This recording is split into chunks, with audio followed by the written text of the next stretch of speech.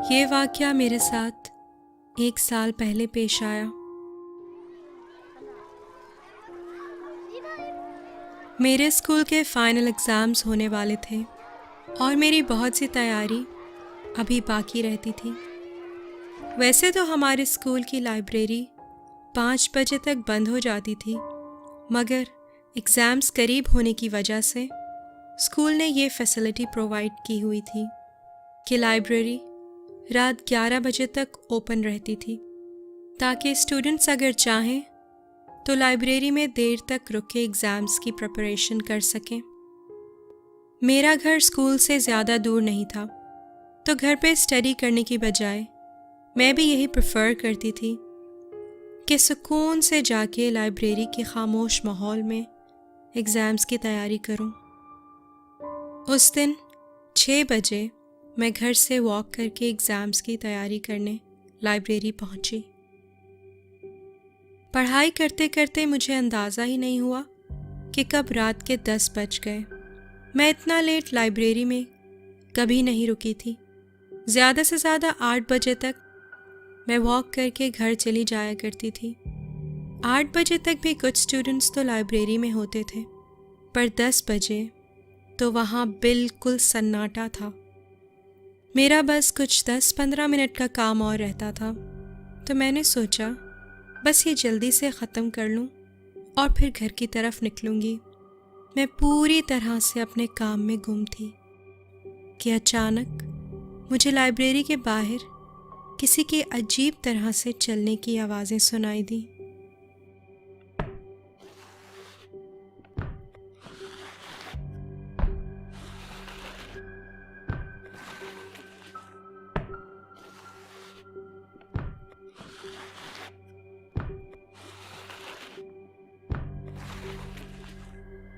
मैंने फ़ौरन अपनी किताबें उठाईं और तेज़ी से लाइब्रेरी से निकली।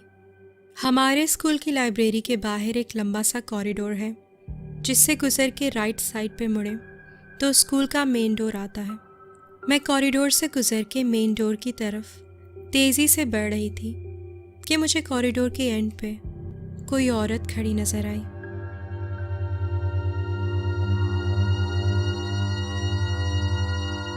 वो जो कोई भी थी, पर मैं जैसे जैसे उसकी तरफ बढ़ रही थी, मुझे एक अजीब सी डिस्कम्फर्ट महसूस हो रही थी। इस हद तक कि मैंने घबराहट में आवाज़ दे के पूछा, कौन है वहाँ? मेरे ऐसा कहते ही कुछ ही सेकंड्स के अंदर वो वहाँ से चली गई। मैंने सुकून का सांस लिया और स्कूल के मेन डोर से बाहर निकली। थकन और भूख से मैं ठीक से वॉक भी नहीं कर पा रही थी, पर मैंने नोटिस किया कि स्ट्रीट बिल्कुल खाली थी, जो कि काफ़ी अजीब बात थी, क्योंकि वो स्ट्रीट हमेशा काफ़ी बिजी होती है और देर रात में भी लोग वहाँ वॉक करते नज़र आते हैं। खैर, घबराहट और खौफ से मैं मुसलसल नीचे ज़मीन की तरफ देखते हुए अपने घर की तरफ जा रही थी कि अचानक मैंने ज़मीन पे किसी का बढ़ता हुआ साया देखा। हालांकि उस वक्त मेरे इर्द गिर्द कोई नहीं था।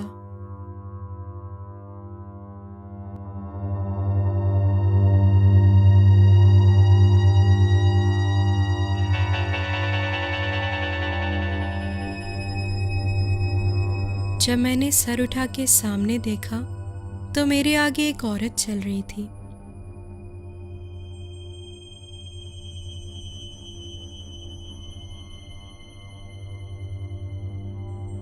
पर मुझे वो थोड़ा अजीब लगी। ऐसा लग रहा था कि वो माजूर है और बहुत ही मुश्किल से लंगड़ा लंगड़ा के चल रही है, और वो इतना आहिस्ता चल रही थी कि थोड़ी ही देर में मैं उसके करीब पहुंच गई। इतना करीब कि मैं उसे अपने सामने बिल्कुल साफ देख सकती थी। उसने मैले से कपड़े पहने हुए थे और ऐसा लग रहा था कि उसके हाथ और पाँव मुड़े हुए हैं, और तो और उसके बाल भी बुरी तरह बिखरे हुए थे। मुझे वो सब इतना अजीब लगा कि मेरे कदम वहीं रुक गए। मेरी गट फीलिंग बार बार मुझे यही कह रही थी कि मुझे इस औरत के और करीब नहीं जाना चाहिए और ना ही मुझ में उसे क्रॉस करके आगे बढ़ने की हिम्मत थी।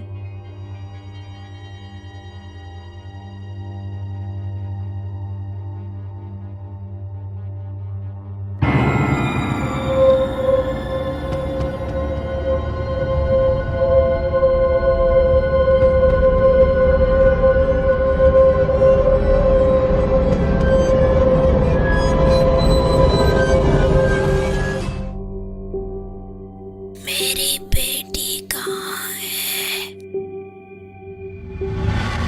मेरा जिस्म जैसे उस वक्त फ्रीज हो गया था। उस वक्त खौफ से ना तो मेरे मुंह से कोई आवाज़ निकल पा रही थी और ना ही मैं अपनी जगह से हिल पा रही थी। मेरा जहन बिल्कुल सुन्न था। मुझे समझ नहीं आ रहा था कि मैं उसके सवाल का क्या जवाब दूं। मैंने डर के मारे उस औरत को उंगली से दूर इशारा कर दिया। वहाँ। मैं बस चाहती थी कि वो वहाँ से चली जाए। वो लंगड़ाती लंगड़ाती उस तरफ चली गई जिस तरफ मैंने इशारा किया था और अंधेरे में इतना दूर निकल गई कि मेरी नज़रों से ओझल हो गई। मुझे ये खौफ खाए जा रहा था कि कहीं वो औरत दोबारा मेरे सामने ना आ जाए, इसलिए मैं तेज़ तेज़ घर की तरफ दौड़ना शुरू हो गई। उस वक्त मेरा जहन कुछ और नहीं सोच पा रहा था सिवाय इसके कि मुझे कोई गाड़ी या कोई बंदा रोड पे नज़र आ जाए जिसकी मैं मदद ले सकूं। और फिर उसी लम्हे मुझे उस औरत के दूर से चीखने की आवाज़ आई।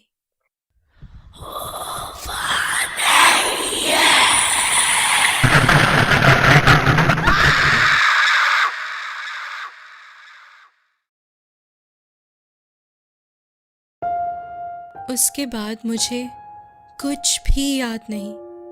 जब मैं होश में आई तो मुझे पता चला कि मेरे नेबर को मैं रोड पे बेहोश हालत में मिली और उन्होंने मुझे घर पहुंचाया। मुझे हमारे नेबर से पता चला 1998 में आगथा नामी एक 32 साल औरत अपनी बेटी के साथ एक अपार्टमेंट बिल्डिंग में रहती थी।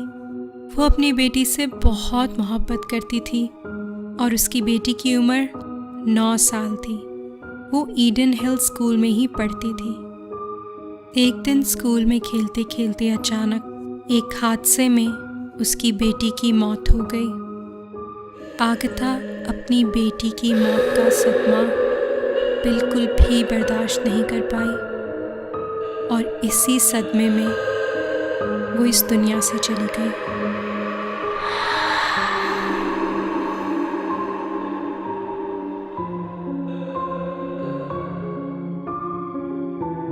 उस वाक़े के बाद आगथा ईडन हिल स्कूल में और उस एरिया के आसपास अक्सर लोगों को अपनी बेटी को ढूंढती हुई नजर आती है। उसकी बेचैन रूह मरने के बाद भी अभी तक अपनी बेटी से मिलने के लिए भटक रही है।